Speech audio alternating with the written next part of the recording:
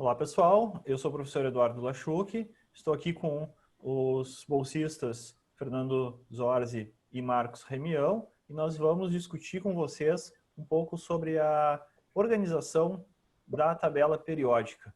Então, certamente vocês já viram a tabela periódica no passado e ela está ordenada, ela traz todos os elementos químicos conhecidos ordenados de alguma forma. Então, o elemento número 1 da tabela periódica, o elemento número 1 é o hidrogênio. O elemento, continuando aqui, o elemento 2 é o hélio. O elemento 3 é o lítio. O elemento 4 é o berílio. O elemento 5 é o boro. O elemento 6 é o carbono. E assim por diante. Você vai percorrendo, né, por linhas e cada um tem um número. E esse número é chamado número atômico. Então, o número atômico define qual é o elemento que você está considerando. Mas aí você pode perguntar para mim, tá, mas por que tem esse ou aquele número atômico? O que esse número está te dizendo na verdade? Bom, o número atômico está te dizendo quantos prótons tem no núcleo daquele átomo. Então, o número de prótons, que é o número de cargas positivas daquele núcleo, vai definir o elemento. Então, eles estão ordenados assim, né? Uma série do número 1 em diante, certo? Nós temos nessa tabela aqui até o número 118 que foi colocado. Um elemento artificial aí muito, muito raro, né? Mas, então essa é a ideia. Você vai ordenando por número atômico. Essa é a sequência. Aí tem uma questão de classificação, né, que é as linhas horizontais e as colunas, as verticais, certo? Então, o que tem de informação em cada uma dessas, cada um desses aspectos? Bom, tchê, se tu considerar uma horizontal, você está falando de um período, certo? Então, o primeiro período da tabela periódica é a primeira linha, é o hidrogênio e o hélio, certo? É a primeira linha, na verdade só tem dois elementos, é um lá em cada canto. A segunda linha, ou segundo período, período 2 da tabela, seria esse aqui, do lítio, berílio, que continua aqui do lado de cá, com boro, carbono, nitrogênio, oxigênio, flúor e neônio. Então esse aqui é o segundo período. E assim por diante, vai ter o terceiro, quarto, quinto períodos, e você vai tendo períodos sucessivos. E o que significa? Ele traz uma informação importante para nós. Ele traz a informação de quantas camadas existe na eletrosfera do átomo daquele elemento. Então, como assim? Vamos escolher aqui um elemento. Fala alguém aí um elemento. Carbono. Carbono. Então, vamos salientar o carbono. O carbono está aqui. O carbono está aqui. Ele está em qual período? Está no segundo período, né? O primeiro é do hidrogênio e hélio, e o segundo, que é o do lítio até o neônio, então passando pelo carbono. Então o carbono está no segundo período. E isso quer dizer que o carbono tem duas camadas eletrônicas, certo? Então um átomo, né, neutro de carbono, átomo de carbono, né, átomo, vamos dizer, neutro, porque ele não estou pensando nele ganhando ou perdendo elétrons, não, ele com apenas o número de elétrons normal dele, com carga total zero. Então, o átomo neutro de carbono, ele fica, né, você olha no segundo período da tabela. Então, a tua conclusão é que tem duas camadas eletrônicas. Certo? Sendo que, pessoal, a gente sempre lembra, né, que a organização dos elétrons em camadas, você vai ter sempre aqueles que interessam para a química, que são os da camada mais externa, chamada camada de valência, né? Então, tem os elétrons mais externos, que a gente diz que são os elétrons de valência. E isso que determina é, as químicas. que é onde acontece a ligação química, né? Exatamente. É onde acontece a ligação química. Os demais elétrons, que não são elétrons de valência, eles não estão na parte mais de fora do átomo, eles estão meio que concentrados perto do núcleo. Então, esses não participam da ligação química, né? Então, eles acabam sendo de pouca importância para nós, na consideração química da coisa. Então é isso.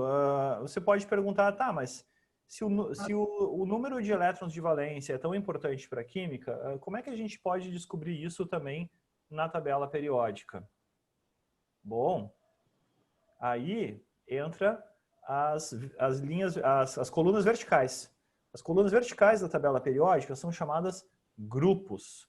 Então, o que seria um grupo? Ou ainda, né, sinônimo, família. Então aqui, por exemplo, esse átomo de carbono, eu vou salientar que ele está aqui nessa coluna aqui. E essa coluna ela foi numerada, é a coluna 14 da tabela. A coluna 14. Então aqui o carbono, a família do carbono é a família 14. E se eu remover a dezena aqui do número 14, eu fico com o número de elétrons de valência, que é 4. Então eu posso dizer que o carbono naturalmente vai ter 4 elétrons de valência.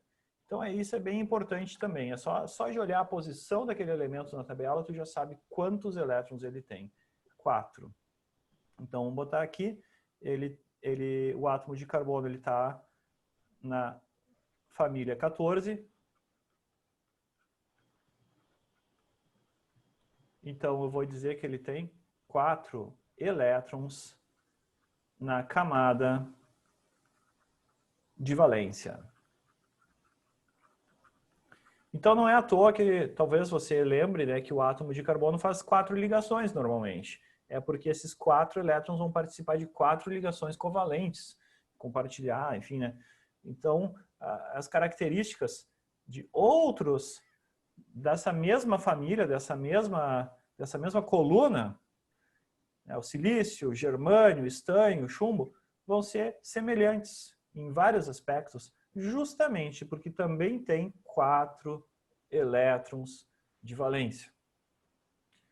Lembrando só que outra forma de a gente observar essas características, que a gente não vai se ater agora muito, é através do diagrama de Linus-Pauling, né, da distribuição eletrônica, que a gente pode confirmar uma espécie de prova real para quem quiser depois ir atrás e pesquisar mais a fundo e a gente confirmar esse número de camadas de valência e de quantos elétrons tem nessa última camada, né, mais energética de valência. É verdade. O diagrama de Linus-Pauling, ele traz até uma informação mais completa, te ajuda a ter uma informação mais detalhada, porque vai te dizer ainda níveis e subníveis, que é bem interessante, assim, para um conhecimento mais detalhado. Mais aprofundado. Nesse momento, a gente vai olhar mais as camadas e camada de valência. E quando eu digo camada, eu estou falando nível. Aí dentro de cada camada pode ter alguns subníveis. Eu não vou tanto, né? Não vou esmiuçar demais essa questão aqui nesse momento. É uma química mais complexa. Vai ficar mais complexo. Eu quero apenas uma introdução ao assunto de como a gente se localiza dentro da tabela periódica. Então, assim, né?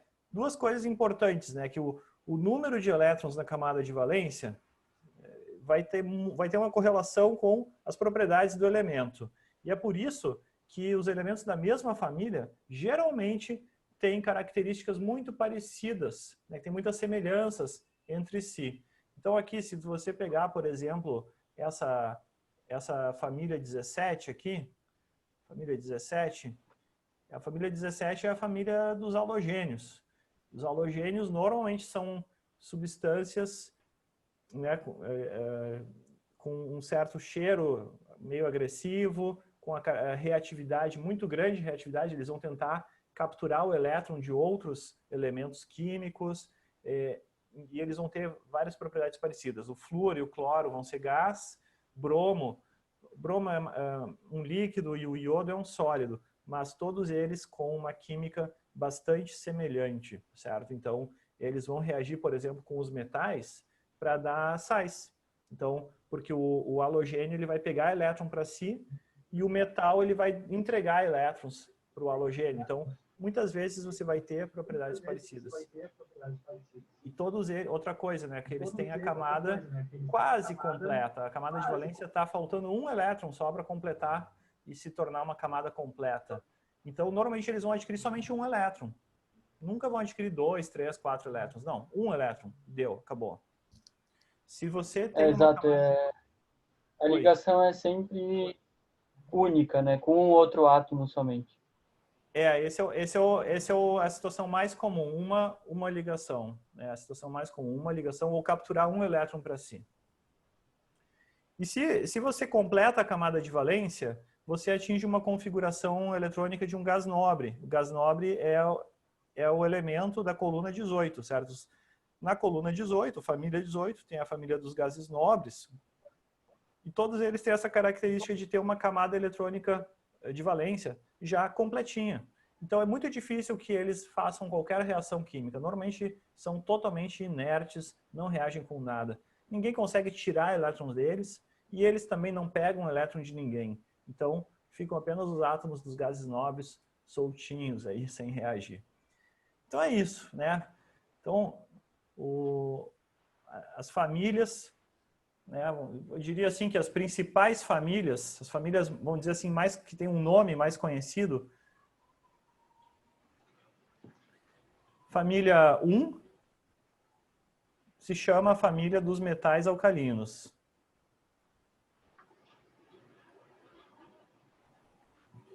Então ela aparece aqui, família 1, com metais alcalinos. O hidrogênio não é um metal alcalino, mas os outros são metais alcalinos. Eles reagem com a água e geram uma base forte. Aliás, uma reação bem violenta com a água. Família 2 são um comportamento parecido com o dos metais alcalinos, porém eles entregam 2 elétrons, perdem 2 elétrons e dão os que é chamado metais alcalinos terrosos. Metais alcalino terrosos. E aí tem aqueles que a gente já mencionou, né? Você tem lá no final da tabela, você tem a 18, a coluna 18, que é gases nobres. Você tem a coluna 17, que é os halogênios. Os halogênios são bem conhecidos por formarem muitos sais. Então, a palavra halo em halogênio quer dizer sal, formador de sal. E tem a 16, que é a do oxigênio. A família do oxigênio é a chamada calcogênios. Certo? Que tem oxigênio, enxofre. Está aqui. Essas aí são nem todas as famílias têm um nome, né? Essas que eu mencionei têm um nome, são conhecidas assim. Então tá, né? Já vimos o que os períodos nos dizem quantas camadas tem o átomo, a eletrosfera do átomo. Já vimos as famílias ou grupos, dizem quantos elétrons de valência e também dão uma ideia das propriedades químicas. E outra coisa que é legal de saber dentro da tabela periódica é os blocos. Isso está conectado ao assunto da distribuição de Linus Pauling, né, que foi mencionada. A gente não vai explorar totalmente isso, mas eu quero repartir aqui em 4 grandes blocos a tabela periódica. Você tem aqui um primeiro bloco nesse cantinho, que é chamado bloco S. Então, dentro da distribuição de Linus Pauling, tem alguns elementos que terminam a configuração eletrônica com S, que são esses aí. Se acrescentaria aqui o hélio, certo? O hélio aparece lá na outra ponta, mas ele pertenceria ao bloco S. Você tem o bloco P. O bloco P seria esse aqui. Estou circulando aqui em verde. O bloco P. Seria também muitas vezes chamado de elementos representativos. Eles são elementos que na distribuição de Linus Pauling terminam a distribuição com o subnível P. Você tem ainda o bloco D. Bloco D é esse blocão aqui no meio que separa o bloco S do bloco P. Então, isso aqui, o bloco D, que é conhecido pelos metais de transição.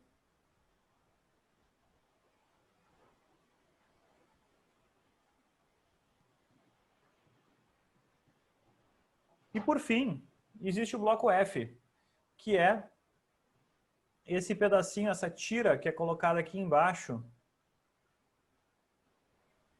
mas que se a gente desenhasse a tabela periódica mais aberta, o bloco F ficaria entre o S e o D.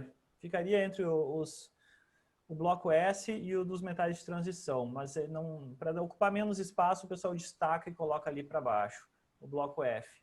Sendo que o bloco F tem na parte, né, a primeira tira é os metais chamados lantanídeos e a de baixo é actinídeos. Mas, enfim, só para constar, né, que existe essa classificação em blocos. E que também, outra coisa que é interessante de saber é que, basicamente, ali nesse trecho do boro até o polônio, você tem a separação, né? À esquerda, você tem metais. E à direita, você tem os não metais, que inclui o hidrogênio. O hidrogênio também é um não metal. Então, não metais. É isso, né? E aquela tira ali no meio compõe semimetais. Às vezes o pessoal chama semimetais, metalóides. Às vezes não atribui essa classificação. Então seria isso. Existem algumas tabelas que têm uma linha de divisão entre os metais e os não metais. Exatamente. Algumas é fácil de encontrar. Exatamente. Algumas elas ignoram a classificação dos semimetais. Eles querem dividir tudo metais e não metais. Daí elas fazem uma linha, formam uma escadinha ali. Outras tabelas colocam semimetais no meio, né? Então, tudo bem. Propriedades intermediárias entre metais e não metais. Também chamados de ametais. Mas é isso, tá, pessoal? Acredito que com essas informações já dá para, né, se achar bastante bem dentro da tabela periódica.